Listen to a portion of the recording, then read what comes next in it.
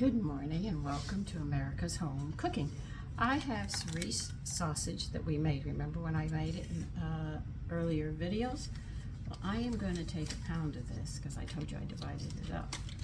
And I am going to sit there and make sausages from it. And I am going to put them into a milk gravy. Now, everybody makes their milk gravy with milk, salt, and pepper and stuff, but I'm going to make mine more nutritious. That's the whole object, is getting the food as rich as you can to get as much out of it. So you don't end up with aches and pains and old age and everything else. So I'll tilt you down while we start doing all this work. Okay, there's my sausage. It's already seasoned and everything. I'm going to add an egg because I need a binder, which is going to make this very, very soft. So I'm also going to add, to make it nutritious, this wheat germ. And how much, it depends upon how much I need to get the meatballs to hold their shape. So these are going to be sausage meatballs. And I'm not going to fry them up. I am going to bake them. I can see leaving a flame on this stove forever and how hot I'm going to get in my kitchen. So I'll bake them at 425 for 10 minutes. Then I will be fine. You add as much wheat germ. If you don't want to use wheat germ, use what you have till I get them to bind together quite well.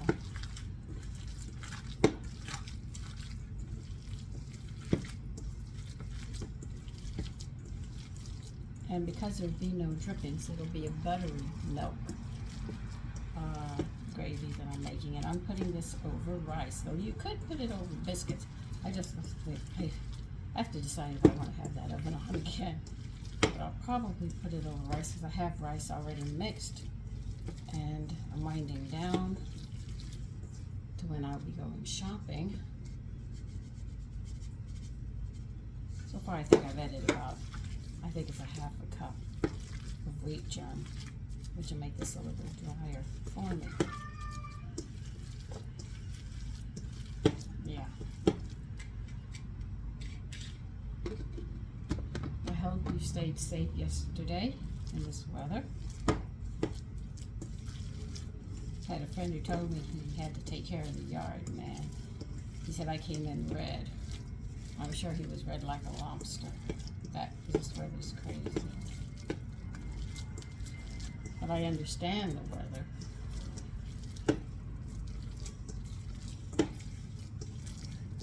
When you have firecrackers, and firecrackers have sulfur in it, and bombs use sulfur. So you can imagine, sulfur builds a blanket around the earth, and heat comes in, but it doesn't let it go out. And then we end up with no rain.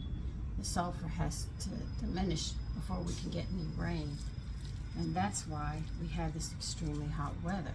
And those bombs going off and the war going on overseas is affecting us just as much because the earth spins, so what goes on over there comes over here. So we're all experiencing this bad weather.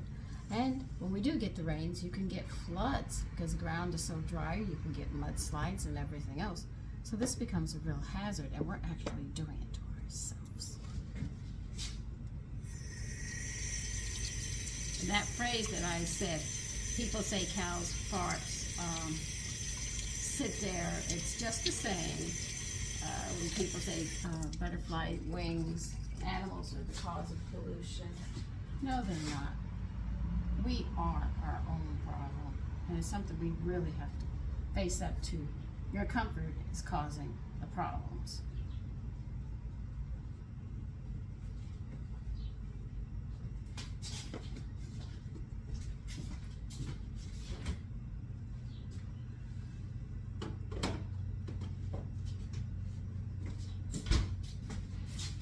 My husband, like my father and stuff, said, watch the animals.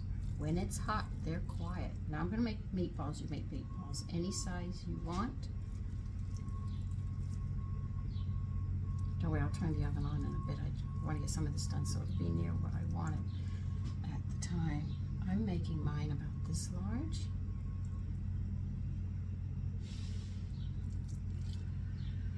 So as you can see, this is going to be an easy dish. So I know they go excellent over biscuits. They're going over rice. Pasta would be good too, because of the milk gravy. I really should put them over biscuits. I'm really being honest, they really should, because it's a milk gravy, but no way, I couldn't take the heat. Leave the meatballs about an inch apart.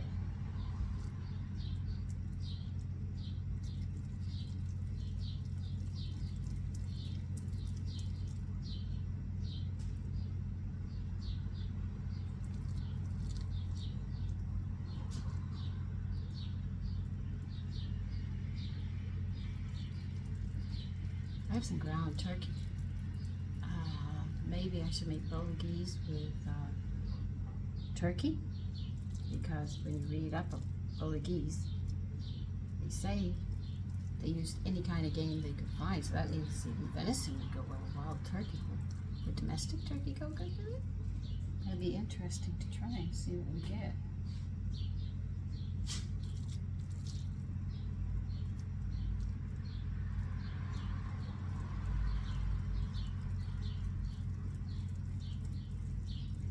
Okay, I'm halfway through this.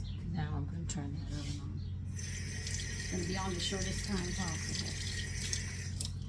So we're not at 100 today. We're supposed to get rain. They said severe rain today.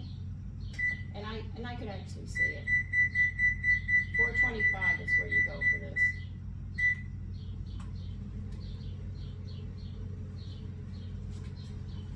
The only drawback of this is that the meatballs are not going to be totally browned like they would in a skillet. But I don't care. This is where some of this I just don't care, because it's going to develop a crust anyway on it. It's just not going to be as dark.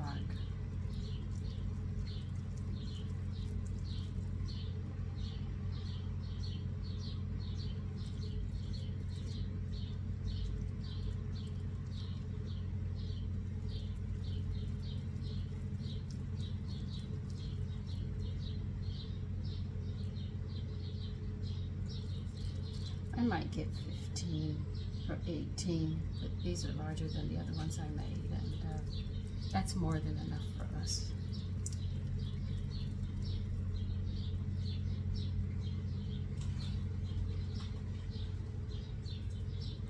Well, the cat must have gotten to the birds. I hear them.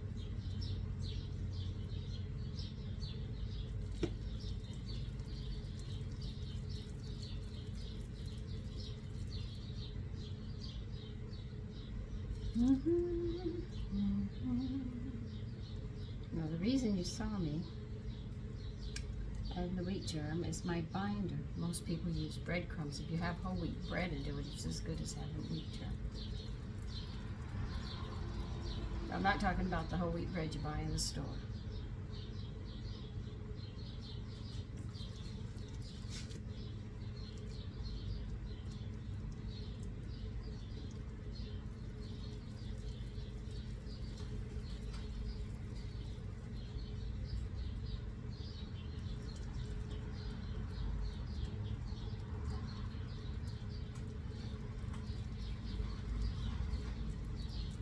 Well, we have just about, yeah, we have 16. And one of them's a tiny, tiny little one. I'm going to bake it anyway. You see it's a little smaller than the others. But anyway, I'm going to bake them 10 minutes. When that gets up there, and then I'll make the milk gravy.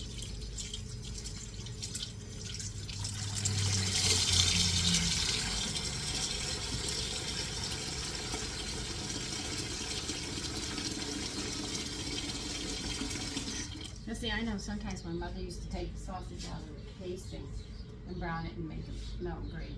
This is why I'm doing it a little different. I'm going to make the meatballs and make it gravy.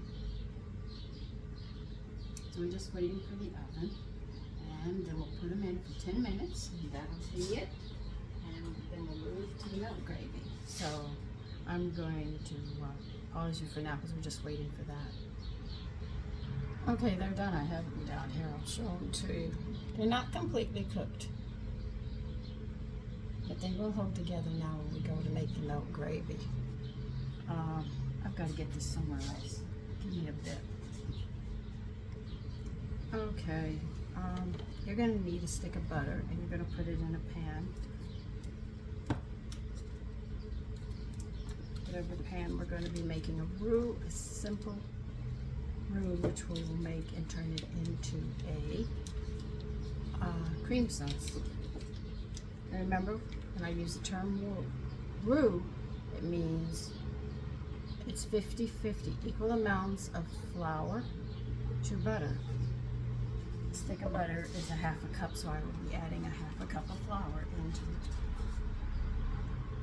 And with the ratio of that, it's 2 cups of milk, 2 cups of water, 2 cups of stock. This is actually the ratio, making a gravy.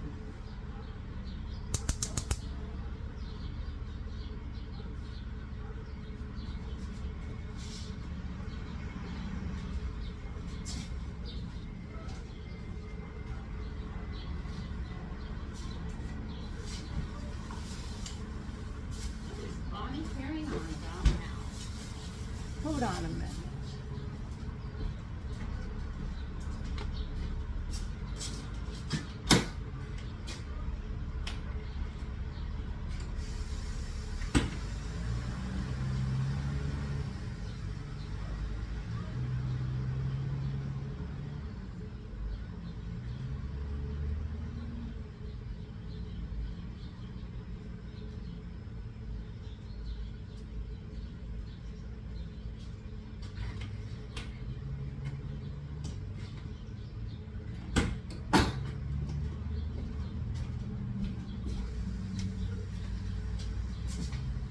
He's carrying on like he's dying. He's not dying. The other Winter's eating, and he's upset. Now, into 2 cups of milk, we're going to add 1/4 of a cup of powdered milk. This makes it more nutritious. It adds even more protein, so you have the protein of the meatballs, and you'll have the protein in your milk. So with the milk, you only get 16. Once you start adding that powdered milk, it goes from 16, it just starts climbing.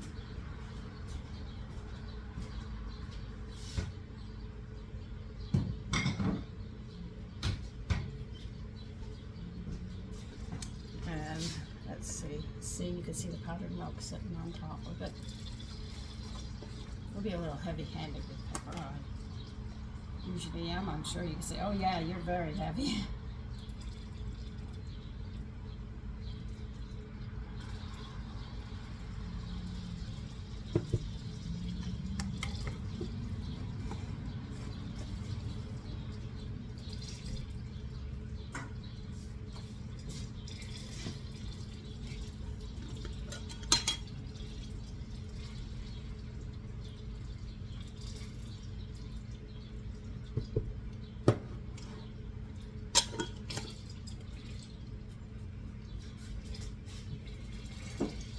Do mix that.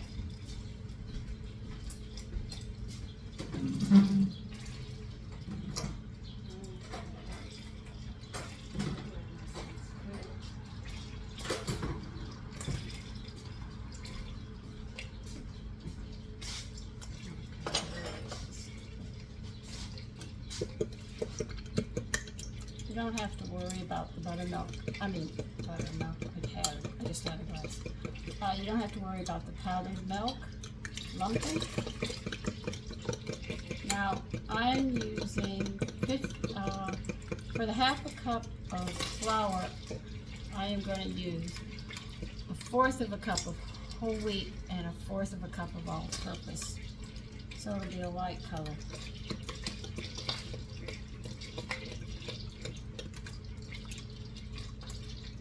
And be careful, because we're using powdered milk, you don't want a high flame to burn this. Look, the milk.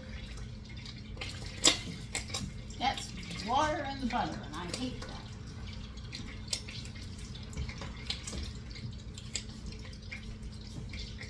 If they did it right, we wouldn't have that problem.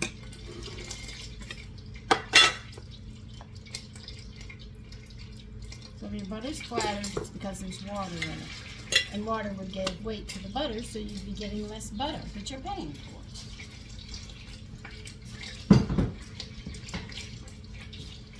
When you make butter yourself, you're going to squeeze all that water out. So when you put that block of a pound of butter, you get a pound of butter.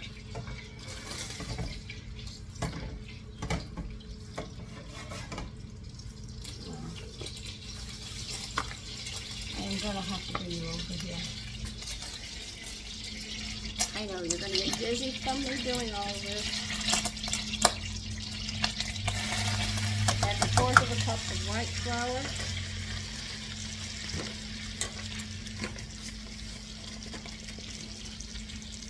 And a fourth of a cup of wheat flour.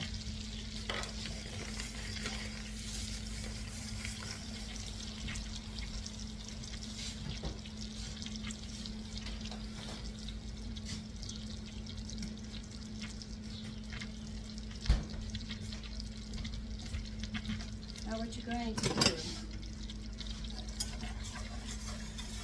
you're going to cook this flour. We're just cooking the rawness out of the roux here. And you can get the lumps out of the flour out too.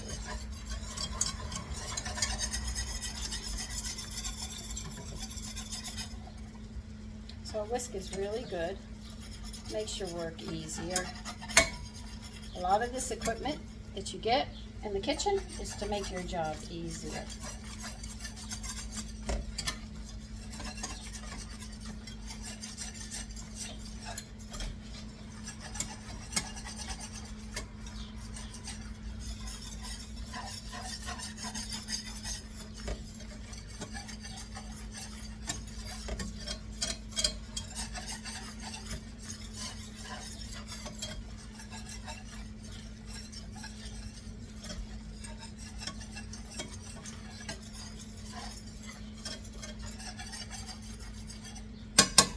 Do you know what? I got some new cookbooks. And I've been talking to you that I just got 7 new cookbooks. Do you know what they're stating in it? Now I know I can't do copyrights. In other words, take their recipe and put it in my cookbook and claim it as mine. But they're stating point blank that I cannot even share it with my friends. And they say it's for you and you alone. You can't do that. Once I buy that cookbook, you can't tell me that I can't share it with my friends or anything else. You don't have that right. You have the copyright if I go to publish and put it in a cookbook. Yeah, I can see that. But you can't tell me that I can't share recipes with my friends. I can't believe it. People are really, because of this digital thing, all of a sudden it's like, when you get it and it says for your eyes and your eyes only, I'm going, excuse me? No, it doesn't work like that. Then why bother buying the book? Because she's getting royalties off the book. Every time that book is sold, she's getting royalties. And if somebody shows somebody how to make a buttercream, it's not her recipe. A lot of people make buttercreams, especially the chefs. And they take the chefs, the way they do it, and then they write up a book and then they claim it. But the real person is the chef and the person who created that buttercream. Or the fondue, that comes from Sweden. So the family that used to do that, they used old cheese and stale bread for the cold winter months to make the food go. Hello, and they're the ones. I tell you, I can't believe what I'm hearing. I said, if all the new cookbooks are like that, I mean, I'd rather sit there, they sit there and say, do mention that you got it from me, you know, and out of my cookbook. I would be more than happy than sit there and say, look, you've got to get this cookbook. This cookbook is unbelievable, and it's by so-and-so. And I would help promote her book. And I wouldn't ask for a penny because I'm using the cookbook, so therefore, you know, where'd you get it? Oh, I got it from there. So I guess Amelia Simmons' family can claim rights to the first cookbook that was written into America.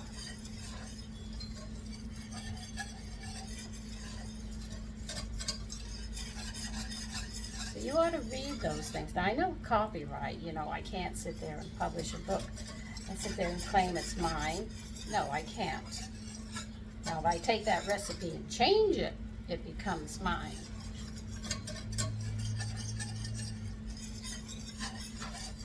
people give me recipes, and then somebody could accuse me, you stole my recipe. No, I didn't steal your recipe. If it was given to me, there's nothing I can do about it.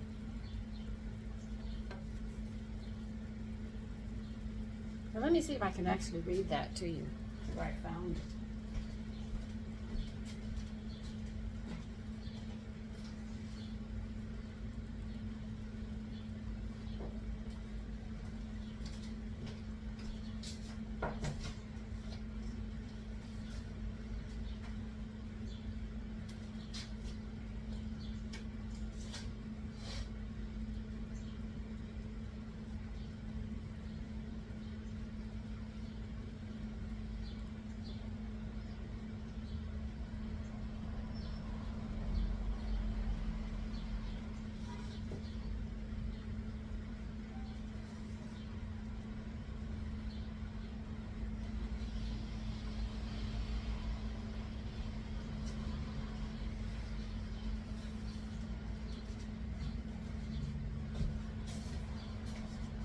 Now here's one book.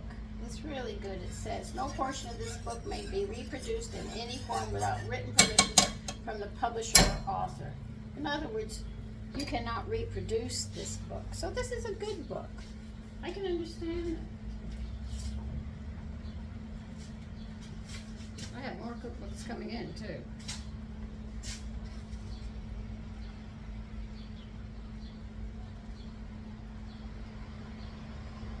Here's one. All rights are reserved. Any unauthorized reproduction, sharing, or distribution in part is strictly prohibited. Sharing. Women share recipes. This is going to be extremely difficult for women because that's what we do. We share recipes.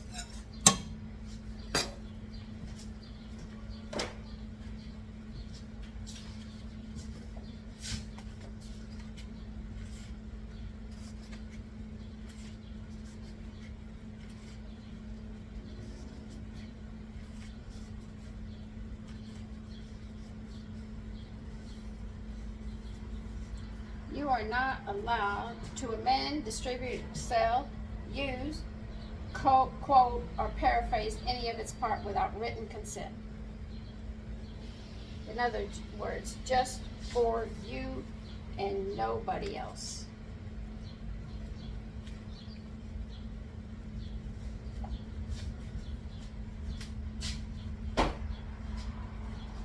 I didn't believe when I saw that. Expressly. It's for you and nobody else. I don't know a woman who doesn't share recipes. That's why I've lost cookbooks. I'm becoming possessive of my cookbooks. I don't mind sharing recipes, but dang, well, not really. Here's 2 cups of milk with the powdered milk, salt, and the pepper.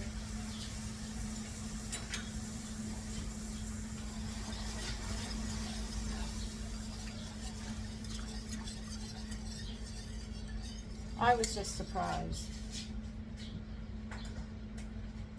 I was reading another cookbook too.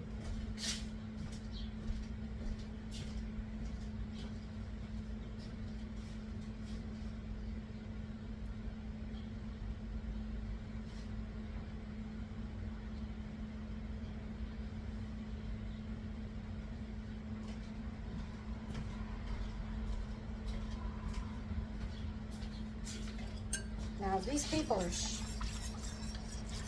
who claim that they hold the monopoly on fondues or buttercreams, they're sadly mistaken. They do not own them.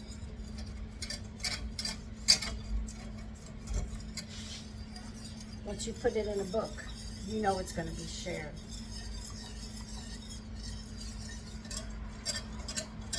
It's for you and you own it. Don't write a cookbook then.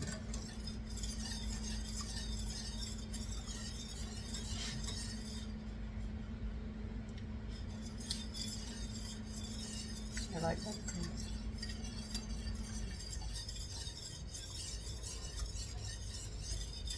I think buttercream on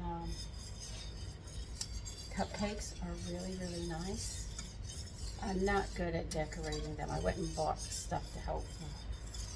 You've seen my case. I'm not the greatest froster either. I need to get a little more equipment to help me do it.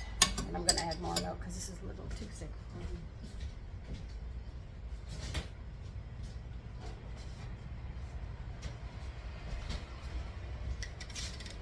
But this has a buttery, milky, creamy taste.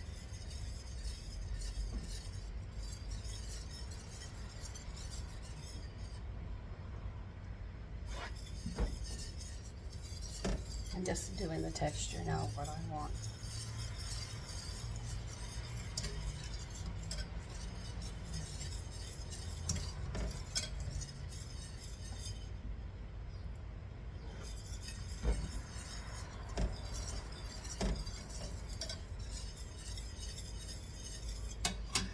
They say we're going to have severe thunder showers today.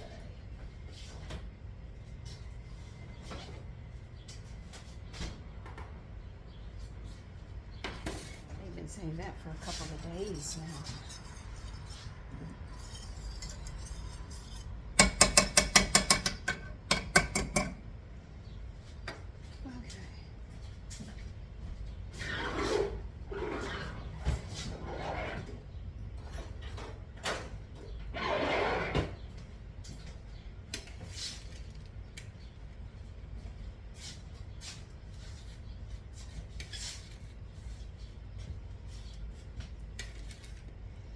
Like I said, you can even put these on toast if you want, the pasta.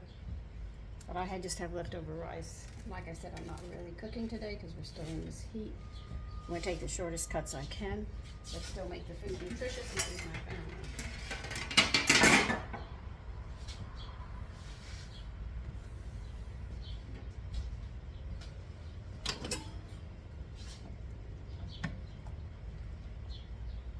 And this can sit and just simmer a bit, and it is done. I think the thing I'm going to serve with it is carrots today.